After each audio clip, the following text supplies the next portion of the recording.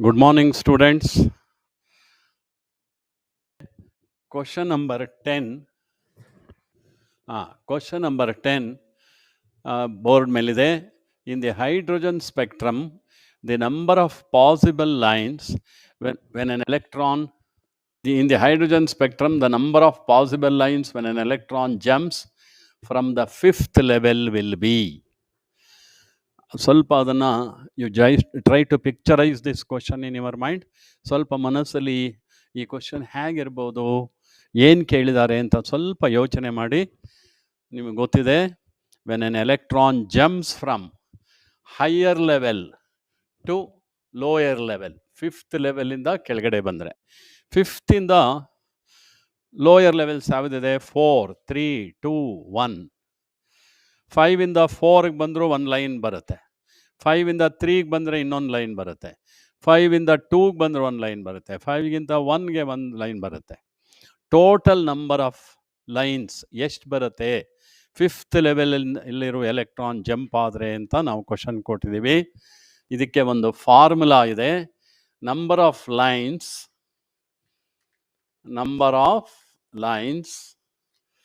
Equals n into n-1 divided by 2. ಈ formula ಬರ್ಕೋಬೇಕು. Number of lines in the hydrogen spectrum ಅಂತ ಕೇಳಿದ್ರೆ ಈ ಫಾರ್ಮುಲಾ ಉಪಯೋಗಿಸ್ಬೇಕು. ಎನ್ ಅಂದರೆ ಯಾವ ಲೆವೆಲಿಂದ ಬರ್ತಾ ಇದೆ ಅಂತ, ಎನ್ ಜಾಗಕ್ಕೆ 5 ಹಾಕಬೇಕು. 5 into 5 minus 1 ಅಂದರೆ 4 divided by 2 equals 10.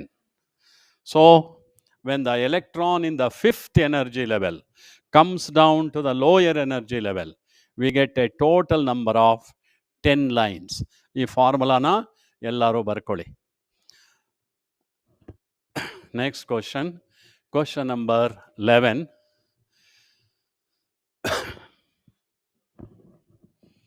Question number 11.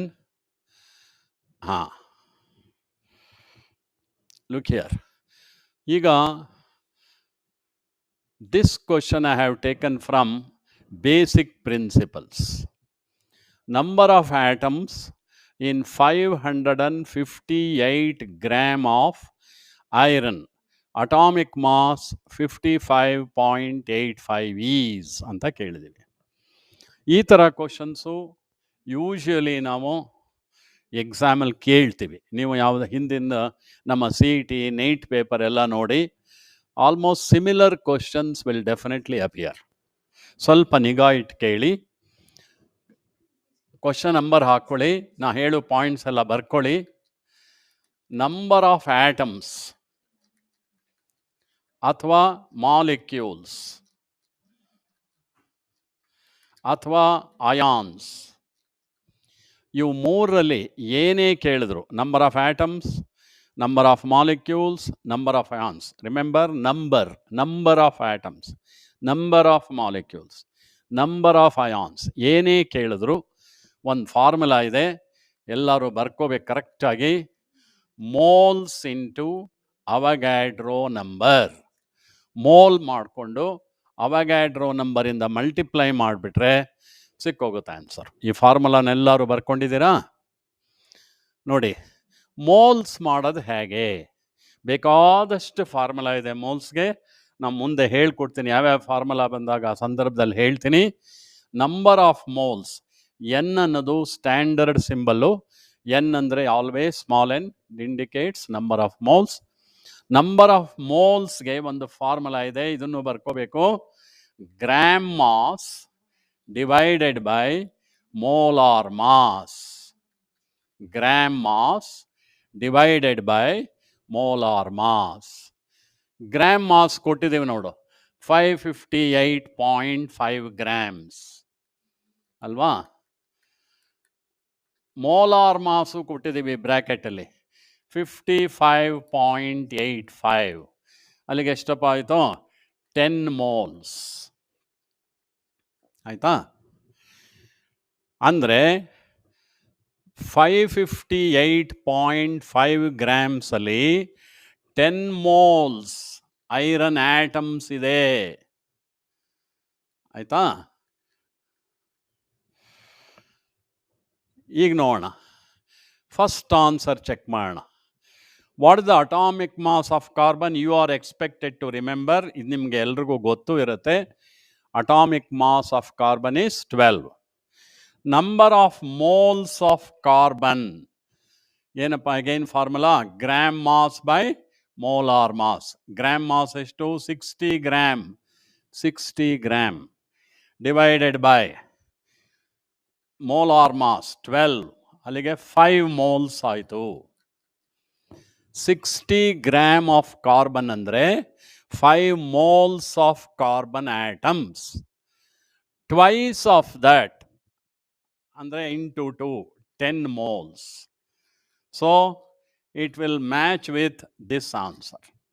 Andre 558.5 grams iron ಅಲ್ಲಿ ಎಷ್ಟು ಐರನ್ ಆಟಮ್ಸ್ ಇರುತ್ತೋ ಅಷ್ಟೇ carbon atoms twice that in 60 gram of carbon. 60 gram of carbon ಅಲ್ಲಿ ಎಷ್ಟು ಆಟಮ್ಸ್ ಇರ್ತೀಯೋ ಅದರ ಎಕ್ಸಾಕ್ಟ್ಲಿ ಟ್ವೈಸ್ ಇರುತ್ತೆ.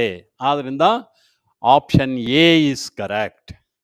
Half that in 8 gram of helium ಅಂತ ಇದೆ, ಅದನ್ನೊಂದ್ಸಲಿ ಚೆಕ್ ಮಾಡ್ತೀನಿ ನಿಮಗೆ. ಆಪ್ಷನ್ ಸಿ ನ ವರ್ಕ್ ಮಾಡಿ ನಮ್ಗೆ ಗೊತ್ತಾಗೋಗಿದೆ ಈಗ ಆಪ್ಷನ್ ಎ ಇಸ್ ಕರೆಕ್ಟ್ ಅಂತ. ಆಪ್ಷನ್ ಸಿ ಒಂದ್ಸಲಿ ಚೆಕ್ ಮಾಡ್ತೀನಿ ನೋಡಿ. 8 ಗ್ರಾಮ್ ಆಫ್ ಹೀಲಿಯಂ. ಹೀಲಿಯಮ್ದ ಅಟಾಮಿಕ್ ಮಾಸ್ ಜ್ಞಾಪಿಸ್ಕೊಳ್ಳಿ, ಅಟಾಮಿಕ್ ನಂಬರ್ ಬರೆದು ಬಿಡ್ತೀರಿ ಗಾಬರಿನಲ್ಲಿ. ಅಟಾಮಿಕ್ ಮಾಸ್ ಬರೀಬೇಕು. Atomic number is 2, atomic mass is 4. ಎಷ್ಟಪ್ಪ ಆಯ್ತು ಅಲ್ಲಿಗೆ? 2 moles ಆಯಿತು. ಹಾಗಂದ್ರೆ 8 ಗ್ರಾಮ್ ಹೀಲಿಯಂನಲ್ಲಿ 2 moles ಹೀಲಿಯಂ ಆಟಮ್ಸ್ ಇದೆ. ಅದರ ಅರ್ಧ ತಗೊಳ್ಳಿ ಅಂದರೆ 1 mole ಆಯಿತು. ನಮ್ಮ ಆನ್ಸರ್ಗೆ ಇದು ಮ್ಯಾಚ್ ಆಗಲ್ಲ. ಇನ್ನೂ ಒಂದ್ಸತಿ ಹೇಳ್ಬಿಡ್ತೀನಿ ಕೊನೆಗೆ. 558 ಗ್ರಾಮ್ಸ್ ಐರನ್ನಲ್ಲಿ ಎಷ್ಟು ಆಟಮ್ಸ್ ಇದೆ ಅಂತ ಕೇಳಿದ್ದಾರೆ. ಅದನ್ನು ಮೋಲ್ಸ್ ಮಾಡ್ಕೊಂಬಿಟ್ರೆ ಸಾಕು. ಮೋಲ್ಸ್ಗೆ ಫಾರ್ಮುಲಾ ಏನು? Gram mass divided by molar mass. Molar ಮಾಸ್ನ ಬ್ರ್ಯಾಕೆಟಲ್ಲಿ ಕೊಟ್ಟಿದ್ದೀವಿ, 10 moles ಆಯಿತು. ಹಾಗಂದ್ರೆ ಏನು ಅರ್ಥ ಗೊತ್ತಾ? 558.5 ಗ್ರಾಮ್ ಆಫ್ ಐರನ್ ಅಂದರೂ ಒಂದೇ, 10 moles ಆಫ್ ಐರನ್ ಆಟಮ್ಸ್ ಅಂದರೂ ಒಂದೇ. ಈಗ 10 moles ಈ 4ರಲ್ಲಿ ಯಾವುದ್ರಲ್ಲಿ ಬರುತ್ತೆ ಅಂತ ಚೆಕ್ ಮಾಡಿ. 10 moles ಬರಬೇಕು. 60 ಗ್ರಾಮ್ ಆಫ್ ಕಾರ್ಬನ್, ಅಗೇನ್ ಅದೇ formula, gram mass divided by molar mass. 60 gram divided by molar mass of carbon is 12. 60 by 12 ಅಂದರೆ ಎಷ್ಟಾಯಿತು? 5 moles. ಟ್ವೈಸ್ ತಗೊಳ್ಳಿ, 10 moles. ಅಂದರೆ this matches with the question that we have asked. ನಾನು ಆಮೇಲೆ ಸುಮ್ಮನೆ ನಿಮಗೆ ಅರ್ಥ ಆಗಲಿ ಅಂತ ಆಪ್ಷನ್ ಸಿ ಒಂದ್ಸಲಿ ಟೆಸ್ಟ್ ಮಾಡಿದೆ. 8 ಗ್ರಾಮ್ ಆಫ್ ಹೀಲಿಯಂ ಅಂದರೆ divide by 4 atomic mass of helium 2 moles ಆಯಿತು. ಅದರಲ್ಲಿ ಅರ್ಧ ತಗೊಳ್ಳಿ ಅಂತ ಆಪ್ಷನಲ್ಲಿ ಹೇಳಿದ್ವಿ, ಅಂದರೆ 1 mole ಆಯಿತು. It will not match with our answer. ಆದ್ದರಿಂದ correct answer is S A. Next question.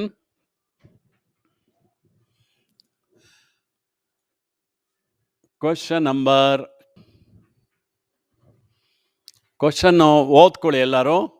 What volume of hydrogen gas at 273 Kelvin and 1 atmospheric pressure is consumed to obtain 21.6 grams of boron by reducing boron trichloride using hydrogen? Bracket ಅಲ್ಲಿ atomic mass of boron equals 10.8. ಎಲ್ಲರೂ ಕೂಡ ತುಂಬ attentive ಆಗಿ ಈ ಪ್ರಾಬ್ಲಮ್ನ ಕೇಳಿಸ್ಕೋಬೇಕು. ಆಮೇಲೆ ಅರ್ಥ ಆಗದೆ ಇದ್ದರೆ ಇಮ್ಮಿಡಿಯೇಟ್ ಆಗಿ ಚಾಟ್ ಮಾಡಿ ಕೇಳ್ಕೋಬೇಕು. ಗೊತ್ತಾಯ್ತಾ? ನೋಡಿ, ಕೆಲವು ಪಾಯಿಂಟ್ಸ್ ಹೇಳ್ತೀನಿ. ಕ್ವಶನ್ ನಂಬರ್ ಎಲ್ಲ ನಿಮ್ಮ ನೋಟ್ಸಲ್ಲಿ ಬರ್ಕೊಂಡಿದ್ದೀರಿ ಅಲ್ವಾ? Question number 12. ಕ್ವಶನ್ ನಂಬರ್ 12ಗೆ ಸಂಬಂಧಪಟ್ಟಾಗೆ ಕೆಲವೆಲ್ಲ ಇನ್ಫಾರ್ಮೇಷನ್ಸ್ ಹೇಳ್ತೀನಿ ನಾನು. ಇಲ್ಲಿ 273K 1 atmospheric pressure ಅಂತ ಕೊಟ್ಟಿರೋ ಉದ್ದೇಶ ಏನು ಅಂದರೆ, that is nothing but NTP, normal temperature and pressure. Normal temperature is 273 Kelvin. Normal pressure is 1 atmospheric pressure. ನಾವು NTP ಅಂತಾನೆ ಕೊಟ್ಬಿಡ್ಬೋದಾಗಿತ್ತು. ನಿಮಗೆ ಗೊತ್ತಿದೆಯಾ ಇಲ್ವಾ? 273 ಕೆಲ್ವಿನ್ 1 ಅಟ್ಮಾಸ್ಫಿರಿಕ್ ಪ್ರೆಷರ್ ಅಂದರೂ ಒಂದೇ, NTP ಅಂದರೂ ಒಂದೇ. ನೀವು ಅದರಿಂದ ಹೇಗೆ ಓದ್ಕೋಬೇಕು ಈ ಪ್ರಾಬ್ಲಮ್ನ? What volume of hydrogen gas at NTP is consumed to obtain 21.6 gram of boron by reducing boron trichloride using hydrogen. Atomic mass of boron given. Nodu, this problem has been asked on stoichiometry. Stoichiometry indre balanced equation. Balanced equation ಮೇಲೆ ಈ problem ಇರುತ್ತೆ. ನಿಮಗೆ of ಮಾಡಿ. Balanced equation ಮೇಲೆ ಈ problem ಇರುತ್ತೆ. ಕರೆಕ್ಟಾಗಿ balanced equation ಬರ್ಕೊಂಡ್ರೆ ಮಾತ್ರ ಈ ಪ್ರಾಬ್ಲಮ್ ಮಾಡೋಕ್ಕೆ ಸಾಧ್ಯ. ಲುಕ್ ಹಿಯರ್, ಕ್ವಶನ್ ಓದ್ಕೊಳ್ಳಿ. ರಿಯಾಕ್ಟೆಂಟ್ ಯಾವುದು? Reducing boron trichloride. ಏನಪ್ಪ formula? Boron trichloride using hydrogen. Guess ಮಾಡ್ತೀರಾ products? Hydrogen is a reducing agent. You get boron plus HCl. Balance ಮಾಡಬೇಕು.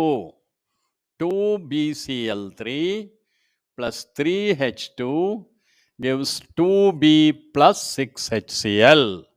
ಬ್ಯಾಲೆನ್ಸ್ ಮಾಡಬೇಕು. ಸಿಂಪಲ್ ಈಕ್ವೇಷನ್ಸ್ ಕೇಳಿರ್ತೀವಿ, ನಿಮಗೆ ಕಷ್ಟ ಆಗಲ್ಲ ಬ್ಯಾಲೆನ್ಸ್ ಮಾಡೋದಕ್ಕೆ, ಆಯಿತಾ? ನೋಡು, ಈ ನಂಬರ್ಗಳಿದೆಯಲ್ಲ ಬ್ಯಾಲೆನ್ಸ್ ಮಾಡೋಕ್ಕೆ ಉಪಯೋಗಿಸಿದ್ವಲ್ಲ ನಂಬರ್ಸು, ಈ ನಂಬರ್ಸ್ಗೆ ಏನಂತ ಕರಿತೀವಿ? ಸ್ಟೌಕಿಯೋಮೆಟ್ರಿಕ್ ಕೋಎಫಿಷಿಯೆಂಟ್ಸ್ ಅಂತ ಕರಿತೀವಿ. ಸ್ಟೂಡೆಂಟ್ಸ್ ಪರ್ಸನಲ್ ಚಾಟ್ ಮಾಡಬೇಡಿ, ಕ್ಲಾಸ್ ಮೇಲೆ ಕಾನ್ಸಂಟ್ರೇಟ್ ಮಾಡಿ. ನೀವು ಯಾವ ಕಾಲೇಜು ಏನು ಅಂತ ಈಗ ಅವಶ್ಯಕತೆ ಇಲ್ಲ. ಪ್ರಿನ್ಸಿಪಲ್ ಇದ್ದಾರೆ, ಪ್ರಿನ್ಸಿಪಲ್ ಪ್ರತಿಯೊಂದು ಚಾಟ್ನು ನೋಟ್ ಮಾಡ್ತಿರ್ತಾರೆ, ಮಾನಿಟರ್ ಮಾಡ್ತಿರ್ತಾರೆ. Please concentrate on the class. Doubt ಇದ್ರೆ ಚಾಟಲ್ಲಿ ಹಾಕಿ, ಸರ್ ಕ್ವೆಶನ್ಸ್ ಕೇಳಿದಾಗ ನೀವು ರೆಸ್ಪಾಂಡ್ ಮಾಡಿ. ಕ್ಲಾಸ್ ಮೇಲೆ ಕಾನ್ಸಂಟ್ರೇಟ್ ಮಾಡಿ, ಟೈಮ್ ವೇಸ್ಟ್ ಮಾಡಬೇಡಿ ಚಾಟಲ್ಲಿ ಇಂಟ್ರೊಡಕ್ಷನ್ ಕೊಟ್ಕೊಂಡು. That is really annoying. ಮತ್ತೆ ನಿಮಗೂ ನಿಮ್ಮ ಪ್ರಿನ್ಸಿಪಲ್ ಇಂದ ಸುಮ್ಮನೆ ಕೇಳಿಸ್ಕೋಬೇಕಾಗತ್ತೆ ಮಾತು. ಅದ್ರ ಬದಲು ಸುಮ್ಮನೆ ಕ್ಲಾಸ್ ಮೇಲೆ ಕಾನ್ಸಂಟ್ರೇಟ್ ಮಾಡಿ. ಕ್ಲಾಸ್ ಮಾಡುವಾಗ ನನ್ನ ಮಾತು ಬಿಟ್ಟರೆ ಬೇರೆ ಯಾವ ಕಡೆಗೂ ಗಮನ ಕೊಡಬಾರ್ದು. ಅರ್ಥ ಆಯ್ತಾ? ನಮಗೆ ನೀವೇನು ಮಾಡ್ತಿರ್ತೀರಿ ಅಂತ ಎಕ್ಸಾಕ್ಟಾಗಿ ನಮಗೆ ಗೊತ್ತಾಗಲ್ಲ ಇಲ್ಲಿ.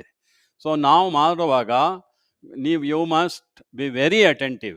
Your focus should be only on these questions.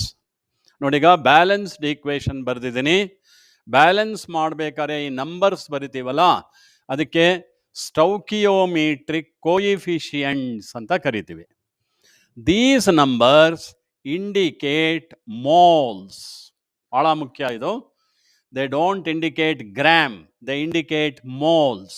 ಹಾಗಂದ್ರೆ ಏನು ಗೊತ್ತೇನಪ್ಪ? 2 moles of boron trichloride requires 3 moles of hydrogen to get reduced to 2 moles of boron and 6 moles of HCl. ಇದು ನಿಮ್ಮ ಮನಸ್ಸಲ್ಲಿ ರಿಜಿಸ್ಟರ್ ಆಗಿಬಿಡಬೇಕು. Stoichiometric coefficient always speak in terms of moles. Moles ಮಾತ್ರ. ಇಲ್ಲಿ ಏನು number ಬರೀತೀವೋ ಅದೆಲ್ಲ ಮೋಲ್ಸ್. ಅದು ನಮಗೆ ಏನು ಕೇಳಿದ್ದಾರೆ? What is the volume of hydrogen gas at 273 K and 1 ಅಂದರೆ NTP to obtain 21.6 gram of iron. ಮೊದಲು ಅದನ್ನು ಮೋಲ್ ಮಾಡ್ಕೋಬೇಕು. 21.6 ಗ್ರಾಮ್ ಐರನ್ ಅಂದರೆ ಅದರ ಅಟಾಮಿಕ್ ಮಾಸ್ ಕೊಟ್ಟಿದ್ದೀವಿ 10.8, ಅಂದರೆ 2 moles. 2 moles of boron. ಹಾಗಂದ್ರೆ ಏನಮ್ಮ ಅರ್ಥ? 21.6 ಗ್ರಾಮ್ ಆಫ್ ಬೋರಾನ್ ಅಂದರೂ ಒಂದೇ, 2 moles ಆಫ್ ಬೋರಾನ್ ಅಂದರೂ ಒಂದೇ. So 2 moles of boron. 2 moles of boron ಅವರಿಗೆ ಬೇಕು. 21.6 ಗ್ರಾಮ್ ಅಂದರೂ ಒಂದೇ, 2 moles ಅಂದರೂ ಒಂದೇ. 2 moles ಬೋರಾನ್ ಬೇಕಾದರೆ ಎಷ್ಟು ಹೈಡ್ರೋಜನ್ ಖರ್ಚಾಗುತ್ತೆ? 2 ಮೋಲ್ಸ್ಗೆ 3 ಮೋಲ್ಸ್ ಖರ್ಚಾಗುತ್ತೆ. To get 2 moles of boron, 3 moles of hydrogen are consumed. ನಮ್ಗೆ ಆನ್ಸರ್ ಬಂದ್ಬಿಡ್ತೀಗ. ಎಷ್ಟು? Number of moles of hydrogen required is 3. ಅದರ ಆನ್ಸರ್ನ ಮೋಲ್ಸ್ ಅಲ್ಲಿ ಕೇಳಿಲ್ಲ, ವಾಲ್ಯೂಮ್ ಅಲ್ಲಿ ಕೇಳಿದ್ದಾರೆ, ಲೀಟರ್ಸ್. ಒಂದು ಇಂಪಾರ್ಟೆಂಟ್ ಇನ್ಫಾರ್ಮೇಶನ್ ನಿಮ್ಗೆ ಹೇಳ್ತೀನಿ. 1 mole ಆಫ್ ಎನಿ ಗ್ಯಾಸ್, ಇದು ಬರ್ಕೋಬೇಕು ಎಲ್ಲರೂ, very important information. 1 mole of any gas at NTP means 22.4 liters. ಏನು? 1 mole ಆಫ್ ಎನಿ ಗ್ಯಾಸ್, ಯಾವ ಗ್ಯಾಸ್ ಬೇಕಾದ್ರೂ ಆಗಲಿ, at NTP means it is 22.4 liters. 1 mole ಅಂದರೆ 22.4 liters ಗ್ಯಾಸ್ ಆಗಿದ್ರೆ at NTP. 3 moles ಅಂದರೆ ಎಷ್ಟಪ್ಪ ಆಯಿತು? Into 3, 3 4 12, 67.2 liters. 3 moles ಹೈಡ್ರೋಜನ್ ಅಂದರೂ ಒಂದೇ, 67.2 liters ಅಂದರೂ ಒಂದೇ. So the option B is correct. Class ಎಲ್ಲ ಮುಗಿದ ಮೇಲೆ when you are trying to revise, ಆಗ ಈ ಕ್ವಶನ್ಗೆ ಸ್ವಲ್ಪ ಹೆಚ್ಚಿನ ಗಮನ ಕೊಟ್ಟು ರಿವೈಸ್ ಮಾಡ್ಕೊಳ್ಳಿ. Next question, question number 13.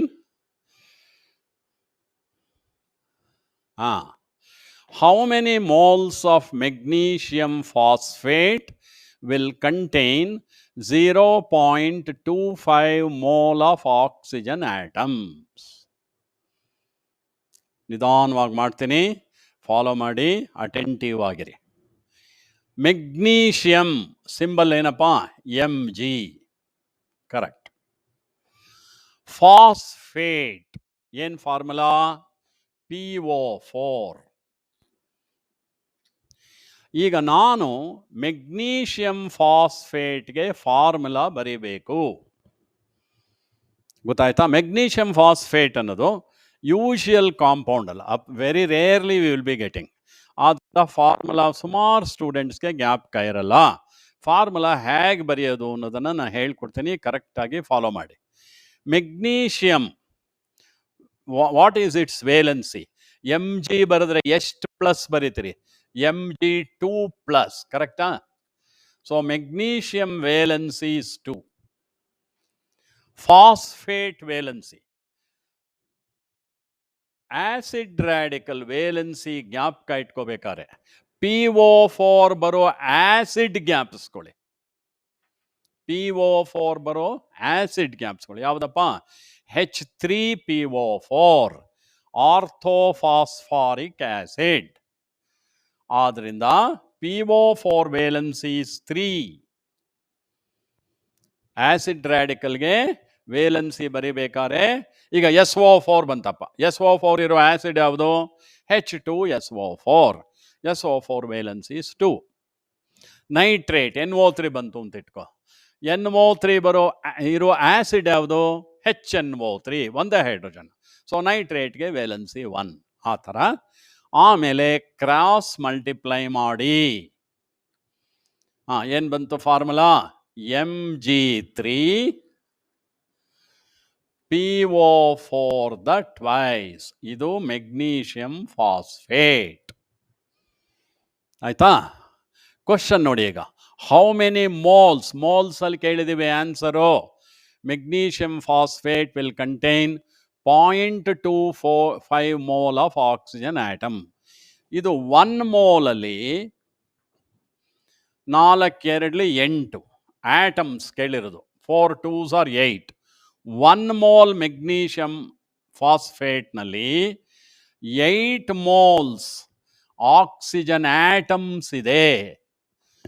1 mole magnesium phosphate ಅಲ್ಲಿ 4 2s are 8 moles ಆಕ್ಸಿಜನ್ ಇದೆ. ಅಥವಾ 8 moles oxygen corresponds to 1 mole of magnesium phosphate. 8 moles oxygen atoms ಬೇಕು ಅಂದರೆ 1 mole ತಗೋಬೇಕು. ನಮಗೆ 0.25 ಸಾಕು. 0.25 ಅಂದರೆ ಎಷ್ಟು ತಗೋಬೇಕು? 1 into 0.25 divided by 8. 1 into 0.25 divide, ಕರೆಕ್ಟಾಗಿ ಡಿವೈಡ್ ಮಾಡಿ. ಡಿವೈಡ್ ಮಾಡುವಾಗ ತಪ್ಪು ಮಾಡಬಾರ್ದು. 2 is not divisible, put a 0, then it becomes 25. 8 3s are 24, 1 ಉಳಿತು 10, 8 1s are ಆಮೇಲೆ 2 ಉಳಿತು, 8 2s are, 8 5s are. So it is 3.125 into 2 ಸ್ಥಾನ ಮುಂದಕ್ಕೆ ಹಾಕೋಣ. ರೈಟ್ ಶಿಫ್ಟ್ ಮಾಡಿದ್ರೆ 10 ಪವರ್ ನೆಗೆಟಿವ್ ಇರುತ್ತೆ, into 10 to the power of -2 moles. ಇಷ್ಟು ಮೆಗ್ನೀಷಿಯಂ ಫಾಸ್ಫೇಟ್ ತಗೊಂಡ್ರೆ ಅದರಲ್ಲಿ 0.25 ಮೋಲ್ಸ್ ಏನಿರುತ್ತೆ? Oxygen atoms. ಕರೆಕ್ಟಾಗಿ ಬರ್ಕೊಂಡ್ರಾ? ಫಾರ್ಮುಲಾ ಹೇಗೆ ಡಿರೈವ್ ಮಾಡೋದು? 4 2 8 ಮೋಲ್ಸ್ ಆಕ್ಸಿಜನ್ ಆಟಮ್ಸ್ ಬೇಕು ಅಂದರೆ 1 mole ತಗೋಬೇಕು. 0.25 ಸಾಕು ಅಂತ ಹೇಳಿದ್ದಾರೆ. 0.25 ಅಂದರೆ 0.25/8 ಇಷ್ಟು ಮೋಲ್ಸ್ ತಗೋಬೇಕು. The answer is B. Question number 14 ನೋಡಿ, ಒಂದು ಕ್ವಶನ್ ಕೊಟ್ಟಿದ್ದೀವಿ. Which of the following is correct in 2 Al solid plus 6 HCl gives 2 Al3 plus aqueous plus 6 Cl minus aqueous plus 3 H2 gas. ನೋಡಪ್ಪ, ಈಗ ನೀವು ಆಪ್ಷನ್ಸ್ ಹೋಗಕ್ಕೆ ಮುಂಚೆ ನಾನು ಹಿಂದಿನ ಕ್ವಶನಲ್ಲಿ ಹೇಳ್ಕೊಟ್ನಲ್ಲ, ಅದನ್ನು ಇನ್ನೊಂದು ಸತಿ you just recapitulate. These numbers that we have used, they are stoichiometric coefficients. Balance ಆಗಿದೆ. ಒಂದ್ಸತಿ ನೀವೇ ಮನಸ್ಸಲ್ಲೂ ಹೇಳ್ಕೊಳ್ಳಿ. 2 moles of aluminum solid react with 6 moles of aqueous HCl to give 2 moles of aqueous aluminum ions and 6 moles of Cl minus and 3 moles of gaseous hydrogen ಅಂತ ಅದರ ಅರ್ಥ. Again, I will repeat. The numbers that we have used to balance the equation, they speak only in terms of moles. ಈಗ ಅವರು ಈ 4 statement ಕೊಟ್ಟಿದ್ದಾರೆ ಈ equation ಬಗ್ಗೆ. ಅದರಲ್ಲಿ 3 ತಪ್ಪಾಗಿದೆ, ಒಂದೇ ಒಂದು ಕರೆಕ್ಟ್ ಸ್ಟೇಟ್ಮೆಂಟ್ ಇದೆ. ಏನು ಅಂತ ನೋಡೋಣ. 11.2 liters of hydrogen at STP is produced for each mole of HCl ಅಂತ ಕೊಟ್ಟಿದ್ದಾರೆ. ಎಷ್ಟು ಮೋಲ್ಸ್ HCl ಖರ್ಚಾಗಿದೆ? 6 moles. ಕರೆಕ್ಟಾ? ನಮ್ಮ ಈಕ್ವೇಷನ್ ಎಷ್ಟು HCl ಖರ್ಚಾಗಿದೆ? 6 moles HCl ಖರ್ಚಾದರೆ ಎಷ್ಟು ಮೋಲ್ಸ್ ಹೈಡ್ರೋಜನ್ ಬರುತ್ತೆ? 3 moles ಹೈಡ್ರೋಜನ್ ಬರುತ್ತೆ. 6 moles HCl ಖರ್ಚಾದರೆ 3 moles ಹೈಡ್ರೋಜನ್ ಬರುತ್ತೆ. ಈಚ್ ಮೋಲ್ ಅಂದ್ರೇನು? 1 mole ಆಫ್ HCl ಖರ್ಚಾದರೆ ಎಷ್ಟು ಹೈಡ್ರೋಜನ್ ಬರುತ್ತೆ? So for 1 mole it is 3/6 ಅಂದರೆ ½ mole ಹೈಡ್ರೋಜನ್ ಬರುತ್ತೆ.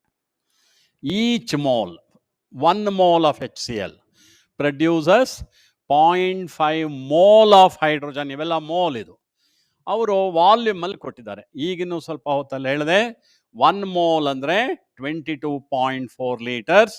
0.5 mole ಅಂದರೆ ಎಷ್ಟಾಯ್ತಪ್ಪ? ಇದರಲ್ಲಿ ಅರ್ಧ 11.2 liters. 0.5 mole ಆಫ್ ಹೈಡ್ರೋಜನ್ ಅಂದರೂ ಒಂದೇ, 11.2 liters of hydrogen at NTP ಅಂದರೂ ಒಂದೇ. ನೋಡಿ, ಫಸ್ಟ್ ಸ್ಟೇಟ್ಮೆಂಟ್ ಕರೆಕ್ಟ್ ಆಗಿದೆಯಾ ಅಂತ. 11.2 liters of hydrogen at STP is produced for each mole of HCl. ಆದ್ರಿಂದ ಇದು ಕರೆಕ್ಟ್ ಸ್ಟೇಟ್ಮೆಂಟು. ಇನ್ನು 3 ಸ್ಟೇಟ್ಮೆಂಟ್ ಎಲ್ಲಿ ತಪ್ಪಾಗಿದೆ ನೋಡೋಣ. ಈಗ 6 liters of HCl is consumed. ತಪ್ಪು. ನಾನೇನು ಹೇಳಿದ್ದೀನಿ? ಈ ನಂಬರ್ಸು ಮೋಲ್ಸ್ ಇಂಡಿಕೇಟ್ ಮಾಡುತ್ತೆ, ಲೀಟರ್ಸ್ ಅಲ್ಲ. ಅದೇ ತಪ್ಪು, ಶುರುನಲ್ಲೇ ತಪ್ಪಾಗಿದೆ. 6 ಲೀಟರ್ಸ್ ಆಫ್ HCl ಅಲ್ಲ, ಅದು 6 moles ಆಫ್ HCl. ಮೂರನೇದ್ರಲ್ಲಿ ಏನು ತಪ್ಪಾಗಿದೆ ನೋಡೋಣ. 33.6 liters of hydrogen is produced for 1 mole of aluminum at all temperature and pressure ಅಂತ ಕೊಟ್ಟಿದ್ದಾರೆ. ನಾನು ಅದನ್ನು ಡಿಸ್ಕಸ್ ಮಾಡ್ತೀನಿ. ಈಗ ನಮ್ಮ ಈಕ್ವೇಷನಲ್ಲಿ ಎಷ್ಟು ಮೋಲ್ ಅಲ್ಯೂಮಿನಿಯಂ ಖರ್ಚಾಗಿದೆ? 2 moles. ಹೌದಾ? 2 moles ಅಲ್ಯೂಮಿನಿಯಂ ಖರ್ಚಾದರೆ ಎಷ್ಟು ಮೋಲ್ಸ್ ಹೈಡ್ರೋಜನ್ ಬರ್ತಾ ಇದೆ? 3 moles. 2 moles ಅಲ್ಯೂಮಿನಿಯಂ ಖರ್ಚಾದರೆ 3 moles ಹೈಡ್ರೋಜನ್ ಬರ್ತಾ ಇದೆ. ಅವರೇನು ಕೇಳಿದರೆ 1 mole. ಹಾಗಾದರೆ 1 mole ಖರ್ಚಾದರೆ ಎಷ್ಟಪ್ಪ? 3/2 1.5 moles ಬರುತ್ತೆ. 1.5 moles ಅಂದರೆ ಎಷ್ಟು ಲೀಟರ್ಸು? 22.4 ಲೀಟರ್ಸ್. ಅಂದರೆ ಎಷ್ಟಾಯಿತು? 33.2 ಲೀಟರ್ಸ್ ಆಯಿತು ಆಫ್ ಹೈಡ್ರೋಜನ್. ಕರೆಕ್ಟ್ ಆಯ್ತಲ್ಲ? ಮತ್ತೆ ಮೂರನೇ ಸ್ಟೇಟನ್ನು ಕರೆಕ್ಟಾಗೇ ಕೊಟ್ಟಿದ್ದಾರಲ್ಲ, 33.6 ಕರೆಕ್ಟಾಗೇ ಕೊಟ್ಟಿದ್ದಾರಲ್ಲ, ಮತ್ತೆ ಯಾಕೆ ತಪ್ಪಾಯಿತು ಅಂದರೆ ನೋಡು, 33.6 liters of hydrogen is produced for 1 mole of aluminum at all temperature and pressure ಅಲ್ಲ, ಓನ್ಲಿ at NTP. ನಾನು ಪದೇ ಪದೇ ಹೇಳಿದ್ದೀನಿ, 22.4 liters only at NTP, not at all temperatures and pressure. 273 Kelvin and 1 atmosphere pressure. All temperature and pressure ಅಂತ ಕೊಟ್ಟಿದ್ದಾರಲ್ಲ, ತಪ್ಪಿದು. It should have been NTP ಇರಬೇಕಾಗಿತ್ತಿಲ್ಲಿ, ಅದರಿಂದ ತಪ್ಪದು. 67.2 liters of hydrogen, 67.2 liters of hydrogen is produced, ಅದು ತಪ್ಪು. 1 mole of ಅಲ್ಯೂಮಿನಿಯಂನಲ್ಲಿ ನಮಗೆ 33.6 liters ಬರುತ್ತೆ, 67.2 ಅಲ್ಲ. ಆದ್ದರಿಂದ ಸ್ಟೇಟ್ಮೆಂಟ್ ಎ ಇಸ್ ಕರೆಕ್ಟ್. ಇದು ನೀವು ರೀಕ್ಯಾಪ್ಚುಲೇಟ್ ಮಾಡುವಾಗ ಈ ಚಾಪ್ಟರ್ನ ಈ ಕ್ವಶನ್ಸ್ಗೆ ಸ್ವಲ್ಪ ಹೆಚ್ಚಿನ ಅಟೆನ್ಷನ್ ಕೊಟ್ಟು ಯಾಕೆ ಮೊದಲನೇ ಆನ್ಸರ್ ಕರೆಕ್ಟ್ ಅನ್ನೋದನ್ನು ಇನ್ನೂ ಒಂದ್ಸಲಿ ಯೋಚನೆ ಮಾಡಬೇಕು. Next question number 15. ಇದೊಂದು ಓದ್ಕೊಳ್ಳಿ ನೀವು. Molarity of the solution having 750 ml of 0.5 molar HCl and 250 ml of 2 molar HCl will be ಅಂತ ಕೊಟ್ಟಿದ್ದೀವಿ. ಯಾವಾಗಲೂ ಅಷ್ಟೇ ಕ್ವಶನ್ ಏನು ಕೊಟ್ಟಿದ್ದಾರೆ ಅಂತ ಅರ್ಥ ಮಾಡ್ಕೊಳ್ಳೋದು very important. It is almost half the problem done. ನೋಡಪ್ಪ, ಈಗ ನನ್ನ ಹತ್ರ 750 ml ಏನಿದೆ, 0.5 molar HCl ಇದೆ. ಇನ್ನೇನಿದೆ, 250 ml of 2 molar HCl. 2 bottle. ಮೊದಲನೇದರಲ್ಲಿ 750 ml ಆಫ್ 0.5 molar HCl, ಎರಡನೇದರಲ್ಲಿ 250 ml ಆಫ್ 2 molar HCl. ನಾನೇನು ಮಾಡ್ತೀನಿ, ಇವೆರಡು ಸೊಲ್ಯೂಷನ್ನು ಮಿಕ್ಸ್ ಮಾಡಿಬಿಡ್ತೀನಿ. 2 ಸೊಲ್ಯೂಷನ್ ಇದೆ, ಇವೆರಡನ್ನು ಮಿಕ್ಸ್ ಮಾಡಿಬಿಡ್ತೀನಿ. ಮಿಕ್ಸ್ ಮಾಡಿದ ಮೇಲೆ ಆ ಸೊಲ್ಯೂಷನ್ಗೆ ಮೊಲಾರಿಟಿ ಎಷ್ಟಿರುತ್ತೆ ಅಂತ ಕೇಳಿದ್ದಾರೆ. ಇದನ್ನು ಡೈಲ್ಯೂಷನ್ ಪ್ರಾಬ್ಲಮ್ ಅಂತ ಕರಿತೀವಿ ನಾವು ಸ್ಟೋಕಿಯೋಮೆಟ್ರಿನಲ್ಲಿ. ವೆರಿ ಸಿಂಪಲ್ ಫಾರ್ಮುಲಾ, ನೀವು ಎಲ್ಲ ಬರ್ಕೋಬೇಕು. M1V1 plus M2V2 equals M3V3. ಈ formula ಉಪಯೋಗಿಸ್ಬೇಕು. M1V1 equals M2V2 equals M3V3. M1V1 ಅಂದರೆ ಮೊದಲನೇ ಸೊಲ್ಯೂಷನ್ಗೆ ಮೊಲಾರಿಟಿ ಎಷ್ಟಿದೆ? 0.5. ಎಷ್ಟಿದೆ ವಾಲ್ಯೂಮು? 750. ಎರಡನೇ ಸೊಲ್ಯೂಷನ್ಗೆ ಮೊಲಾರಿಟಿ ಎಷ್ಟಿದೆ? 2. ವಾಲ್ಯೂಮ್ ಎಷ್ಟಿದೆ? 250. ಈಕ್ವಲ್ಸ್ M3 ಕಂಡುಹಿಡಿಬೇಕು. ಇವೆರಡು ಸೊಲ್ಯೂಷನ್ನು ಮಿಕ್ಸ್ ಮಾಡಿದ ಮೇಲೆ ವಾಲ್ಯೂಮ್ ಎಷ್ಟಾಯಿತು? 750 ಪ್ಲಸ್ 250 1000. ಸಿಂಪ್ಲಿಫೈ ಮಾಡಿ. ಇದು 750 ಇಂಟು 0.5 ಅಂದರೆ 375. CET ಹಾಲಲ್ಲೂ ಅಷ್ಟೇ 0.5 ಅಂದರೆ ಹಾಫ್, 750 ಅರ್ಧ ತಗೊಳ್ಳಿ. 2 ಇಂಟು 250 ಅಂದರೆ 500 ಈಕ್ವಲ್ಸ್ M3 ಇಂಟು 1000. ಇವೆರಡು ಆ್ಯಡ್ ಮಾಡಿ 875.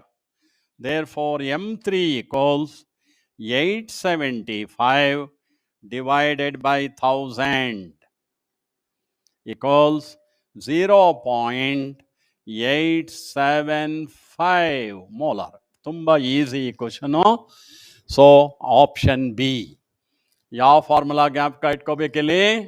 M1V1 plus M2V2 equals M3V3. ಆ ಫಾರ್ಮುಲಾ ಜ್ಞಾಪಕ ಇಟ್ಕೋಬೇಕು. ಕ್ವಶನ್ ನಂಬರ್ 16 ಓದ್ಕೊಳ್ಳಿ. 0.30 gram of an organic compound having carbon, hydrogen and oxygen on combustion gave 0.44 gram of CO2 and 0.18 gram of H2O. If 0.5 mole of the compound weighs 30 grams, the molecular formula of the compound is. 4 option ಕೊಟ್ಟಿದ್ದೀವಿ. Such questions are very frequently asked in our exam.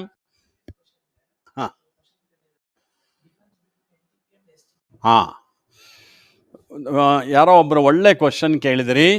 Difference between NTP and STP. Very good question.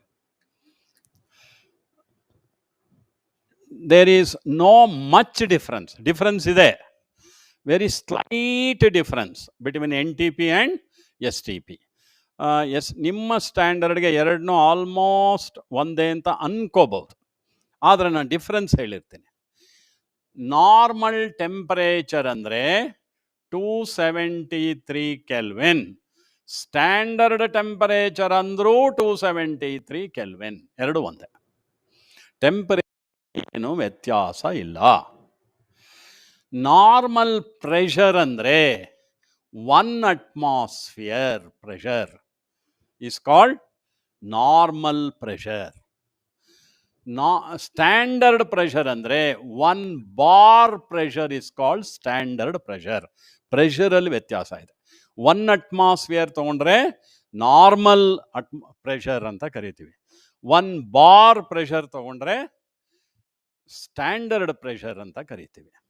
ನೋಡು, ಇವೆರಡು 1 atmosphereಗೂ 1 barಗೂ ಏನು ಹೆಚ್ಚು ವ್ಯತ್ಯಾಸ ಇಲ್ಲ. 1 atmosphere ಅಂದರೆ 1.013 bar. ಏನು 1 atmosphere ಅಂದರೆ 1.013 bar, almost equal to 1 bar. ಹಾಗಾಗಿ ಗೊತ್ತಾಯ್ತಾ? ಈಗ ಇನ್ನೂ ಒಂದ್ಸತಿ ಹೇಳ್ಬಿಡ್ಲಾ? ನಾರ್ಮಲ್ ಟೆಂಪರೇಚರ್ ಪ್ರೆಷರ್ ಅಂದರೆ 273 ಕೆಲ್ವಿನ್. 1 atmosphere ಪ್ರೆಷರ್, 1 atmosphere ಅಂದರೆ ಬಾರಲ್ಲಿ ಹೇಳಿದ್ರೆ 1.013 bar. Standard temperature and pressure ಅಂದರೆ ಸ್ಟ್ಯಾಂಡರ್ಡ್ ಟೆಂಪರೇಚರ್ ಅಂದರೂ 273 ಕೆಲ್ವಿನ್ನೇ. ಸ್ಟ್ಯಾಂಡರ್ಡ್ ಪ್ರೆಷರ್ ಅಂದರೆ 1 bar ಪ್ರೆಷರ್. 1 bar ಅಂದರೆ 10⁵ pascals. ಐ ಥಿಂಕ್ ನಿಮಗೆ ಕ್ಲಿಯರ್ ಆಯಿತು ಅಂತ ಕಾಣುತ್ತೆ. ನೀವು ನಿಮ್ಮ ಎಕ್ಸಾಮಲ್ಲಿ ಆಲ್ಮೋಸ್ಟ್ ಸೇಮ್ ಅಂತ ಅಂದ್ಕೊಂಡ್ರೆ ಏನು ತಪ್ಪೇನಿಲ್ಲ.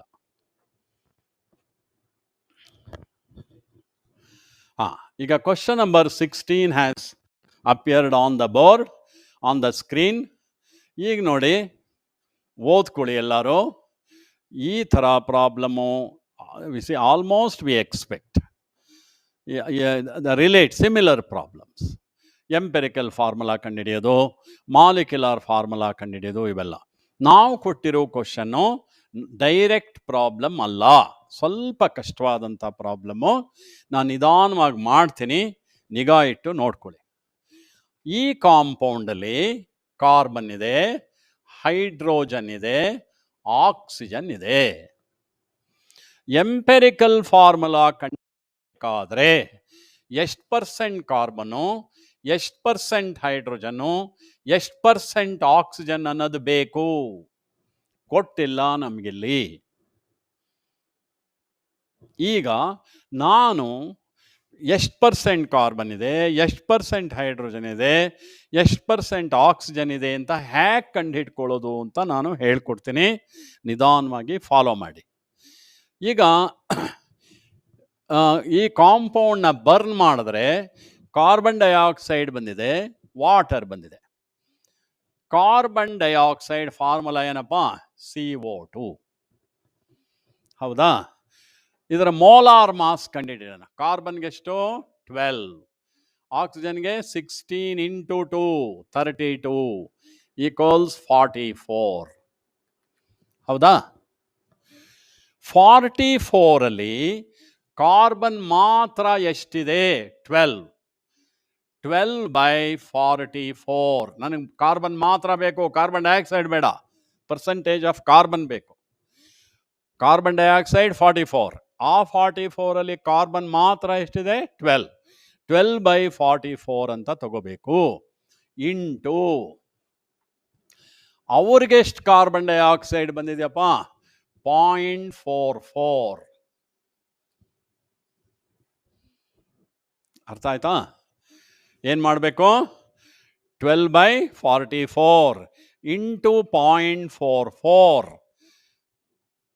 ಈಗ ಕ್ಯಾನ್ಸಲ್ ಮಾಡಬೇಕು. ತುಂಬ ಜನ ತಪ್ಪು ಮಾಡ್ತೀರಿ. 44 ಇಲ್ಲೂ ಇದೆ, 44 ಇಲ್ಲೂ ಇದೆ. ಗಾಬ್ರಿಲ್ 0.1 ಅಂತ ಬರೆದು ಬಿಡ್ತೀರಿ. 0.1 ತಪ್ಪು. 4 ಈಸ್ ನಾಟ್ ಡಿವಿಸಿಬಲ್. 0 ಹಾಕ್ಕೊಂಡ್ರೆ 44 ಆಗುತ್ತೆ. ಸೊ 44.44 ಕ್ಯಾನ್ಸಲ್ ಮಾಡಿದ್ರೆ 0.01 ಇಂಟು 12 ಅಂದರೆ 0.12. ಅಂದರೆ 0.44 ಗ್ರಾಮ್ ಆಫ್ ಕಾರ್ಬನ್ ಡೈಆಕ್ಸೈಡ್ನಲ್ಲಿ 0.12 ಗ್ರಾಮ್ ಕಾರ್ಬನ್ ಇದೆ ಅಂತ ಅರ್ಥ. ಸೊ ಕಾರ್ಬನ್ ಡೈಆಕ್ಸೈಡ್ನ ನೀವು ಕಾರ್ಬನ್ಗೆ ಕನ್ವರ್ಟ್ ಮಾಡಿದ್ರಿ, ನಮಗೆ ಎಷ್ಟು ಗ್ರಾಮ್ ಕಾರ್ಬನ್ ಇದೆ ಅಂತಲ್ಲ, ಎಷ್ಟು ಪರ್ಸೆಂಟೇಜ್ ಇದೆ ಅಂತ ಬೇಕು. ಪರ್ಸೆಂಟೇಜ್ ಕ್ಯಾಲ್ಕುಲೇಟ್ ಮಾಡಬೇಕಾದ್ರೆ divide by the mass of the compound, mass of the compound and multiply it by 100. It becomes percentage.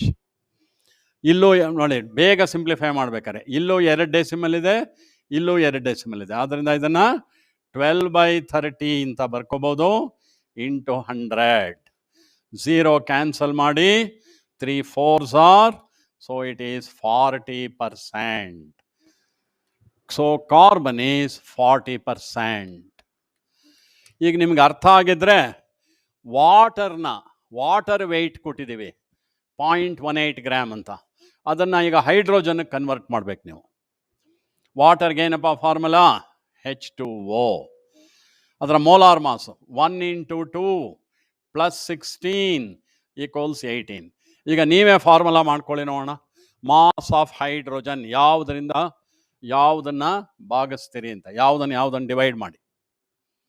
ನನಗೆ ಹೈಡ್ರೋಜನ್ ಬೇಕು 2 ಔಟ್ ಆಫ್ 18, 2/18 ಅಂತ ಬರ್ಕೊಂಡು ಇಂಟು ಏನು ಮಾಡಬೇಕು?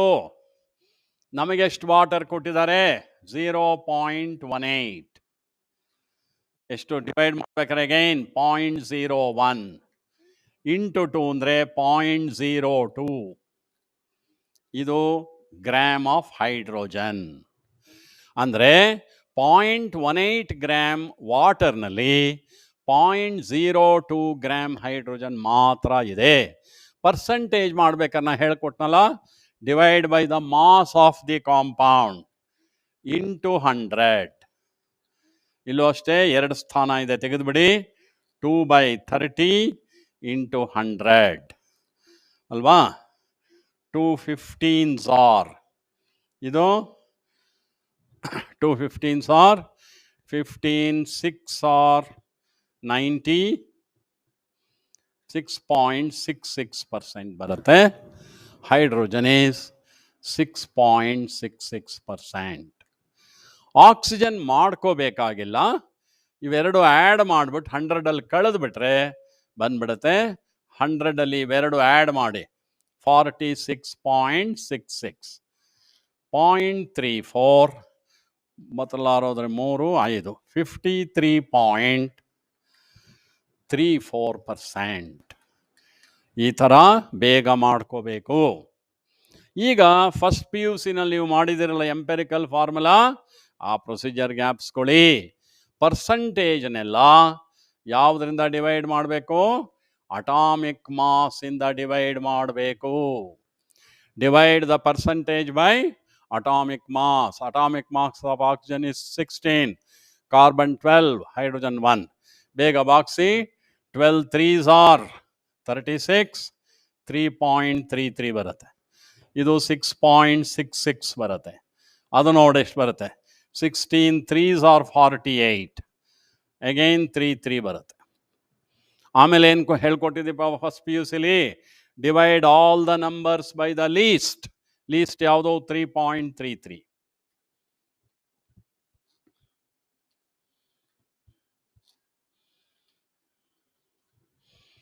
1 2 1 ಅಂದರೆ carbon is 1, hydrogen is 2, oxygen is 1. So empirical formula is carbon 1, hydrogen 2, oxygen 1. ಇದು empiric. ಆದರೆ ನಾವು ಕೇಳಿರೋದು ಮಾಲಿಕ್ಯುಲಾರ್ ಫಾರ್ಮುಲಾ, ಎಂಪೆರಿಕಲ್ ಫಾರ್ಮುಲಾ ಅಲ್ಲ. ಮಾಲಿಕ್ಯುಲಾರ್ ಫಾರ್ಮುಲಾ ಇದೆ. MF ಈಕ್ವಲ್ಸ್ ಬರ್ಕೋಬೇಕಿವೆಲ್ಲ N into EF. Molecular formula equals N into empirical formula. N ಹೇಗೆ ಕಂಡುಹಿಡಿಬೇಕು ಅಂದರೆ molar mass divided by empirical formula mass. Empirical formula mass ಅಂದರೆ ಈ ಫಾರ್ಮುಲಾದಲ್ಲಿ ಎಷ್ಟಪ್ಪ ಆಗುತ್ತೆ? 12 + 2 + 16 ಎಷ್ಟಪ್ಪ ಆಯಿತು? 30 ಆಯಿತು. ಎಂಪೆರಿಕಲ್ ಫಾರ್ಮುಲಾ ಮಾಸ್ ಬಂತು. ಮೋಲಾರ್ ಮಾಸ್ ಕೊಟ್ಟಿಲ್ವಲ್ಲ, ಮತ್ತೇನು ಮಾಡೋದು? ನೋಡಿಲಿ, 0.5 ಮೋಲ್ weighs 30 grams ಅಂತ ಕೊಟ್ಟಿದ್ದಾರೆ. ಎಷ್ಟು? 0.5 mole weighs 30 grams. 1 mole weighs twice 60 grams. 1 ಮೋಲ್ಗೆ mass ಎಷ್ಟಿದೆ? ಅದೇನೇ ಮೋಲಾರ್ ಮಾಸ್. 0.5ಗೆ 30 ಗ್ರಾಮ್ ಅಂತ ಕೊಟ್ಟಿದ್ದಾರೆ. ಹಾಗಾದ್ರೆ 1 ಮೋಲ್ಗೆ ಎಷ್ಟಾಯಿತು?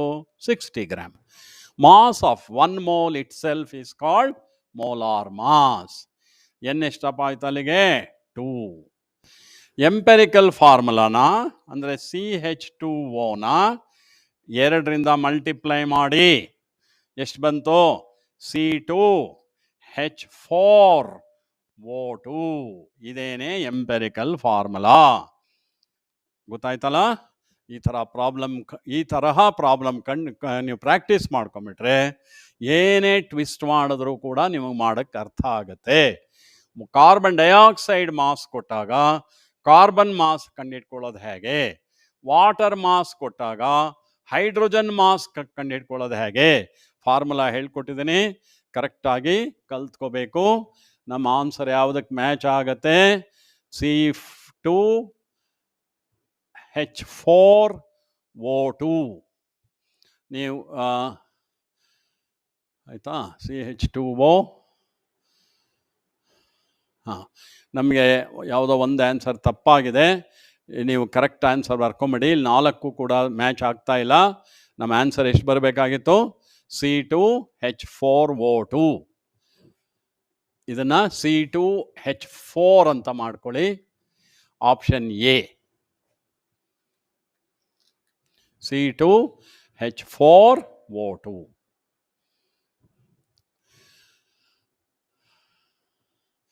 ಏನಾದರೂ ಡೌಟ್ ಇದ್ದರೆ ಕೇಳ್ಕೊಂಬಿಡ್ಬೇಕು. We are going to question number 17.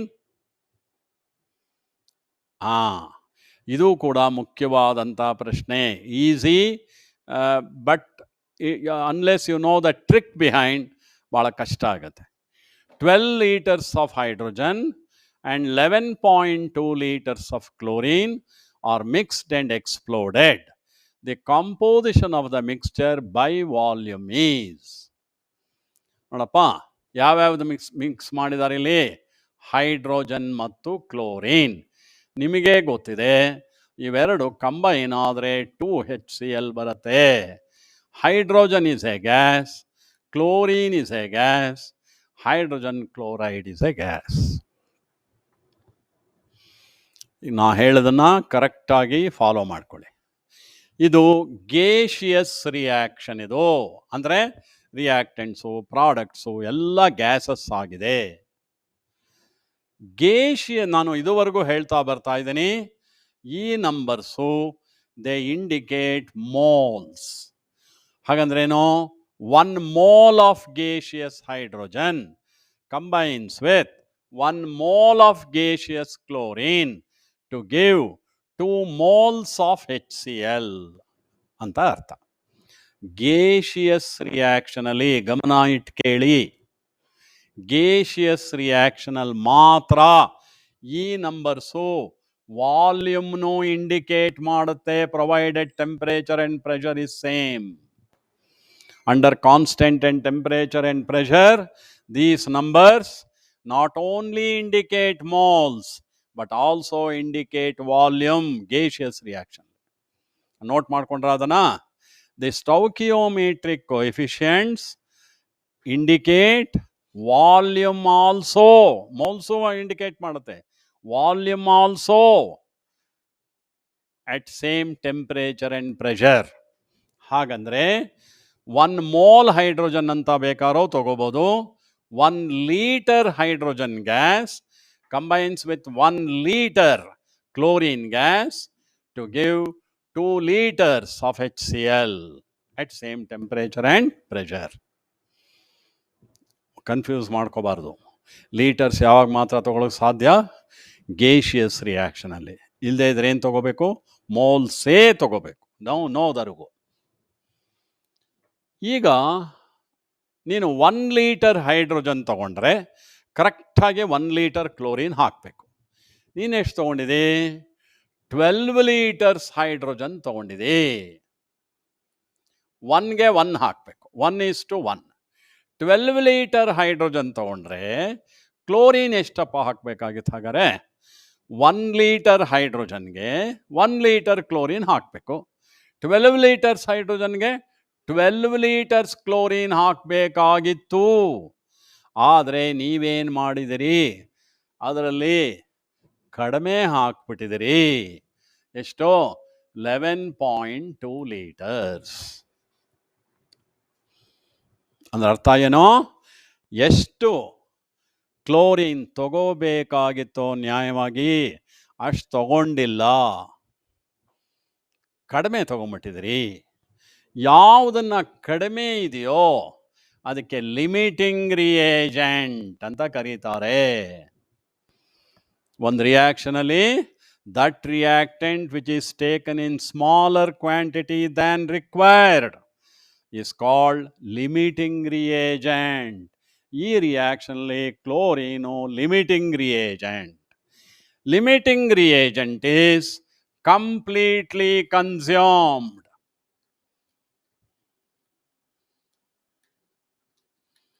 ಹಾಗಂದ್ರೆ ಅರ್ಥ ಏನೋ, ರಿಯಾಕ್ಷನ್ ಮುಗಿದ ಮೇಲೆ ಸ್ವಲ್ಪನೂ ಕ್ಲೋರಿನ್ ಮಿಕ್ಕಿರಲ್ಲ. ಅರ್ಥ ಆಯ್ತಾ? Even a small quantity of chlorine is not left at the end of the reaction. ನೋಡು, ಈಗ ಯಾವುದೋ ಒಂದು ಫಂಕ್ಷನ್ ಇತ್ತು. ಆ ಫಂಕ್ಷನಲ್ಲಿ ನಮಗೆಲ್ಲ ಇಷ್ಟವಾದಂಥ ಒಂದು ತಿಂಡಿ ಮಾಡಿದ್ದಾರೆ. ಈಗ ಒಳ್ಳೆ ಮಾವಿನ ಹಣ್ಣಿನ ಸೀಸನ್ ಅಲ್ವೇನಪ್ಪ, ಒಳ್ಳೆ ಪೂರಿ ಮಾಡಿ ಮಾವಿನ ಹಣ್ಣಿಂದು ಸೀಕರಣೆ ಮಾಡಿಟ್ಟಿದ್ದಾರೆ. ಆಯಿತಾ? ಯಾರು ಎಷ್ಟು ಬೇಕಾರೋ ತಿನ್ನಿ ಅಂತ, you are left free. Which one you like more? Is it puri or sikarane? Mostly a large number of people like sikarane. Function ಎಲ್ಲ ಮುಗಿದ ಮೇಲೆ ಯಾವ್ದು ಪೂರ ಖಾಲಿ ಆಗಿಬಿಟ್ಟಿರುತ್ತೆ? ಸೀಕರಣೆ ಖಾಲಿ ಆಗಿರುತ್ತೆ. Because it is liked by many. Chances are some puris may be left in excess. Sikarane is called limiting reagent. ಪೂರ ಯಾವ್ದು ಖರ್ಚಾಗ್ಬಿಡುತ್ತೋ ಅದನ್ನೇನಂತ ಕರಿತೀವಿ? Limiting reagent. Product depends upon limiting reagent. ಎಷ್ಟು ಪ್ರಾಡಕ್ಟ್ ಬಂತು ಅನ್ನೋದು ಅದು ಲಿಮಿಟಿಂಗ್ ರಿಯೇಜೆಂಟ್ ಮೇಲೆ ಡಿಪೆಂಡ್ ಆಗಿರುತ್ತೆ. ಎಷ್ಟಪ್ಪ ಲಿಮಿಟಿಂಗ್ ರಿಯೇಜೆಂಟ್? 11.2 ಲೀಟರ್ಸ್ ಪೂರ ಖರ್ಚಾಗೋಗಿದೆ.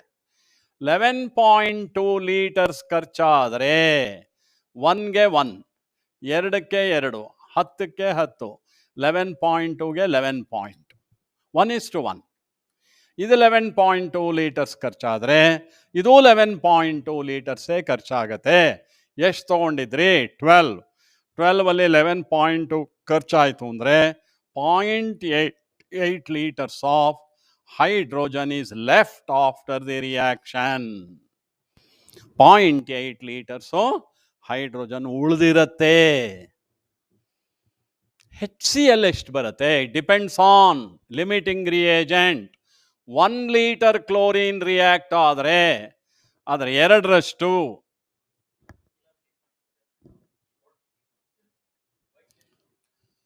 1 ಲೀಟರ್ ಖರ್ಚಾದರೆ 2 ಲೀಟರ್ HCl ಬರುತ್ತೆ.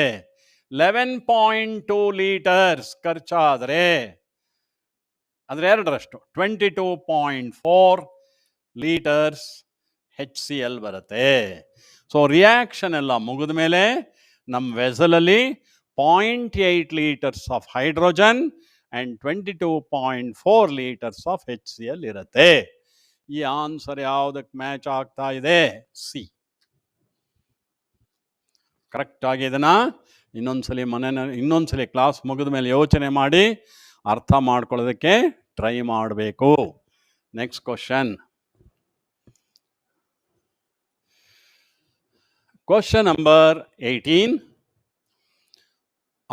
Molarity of HCl aqueous if its density is 1.7 gram per cc is.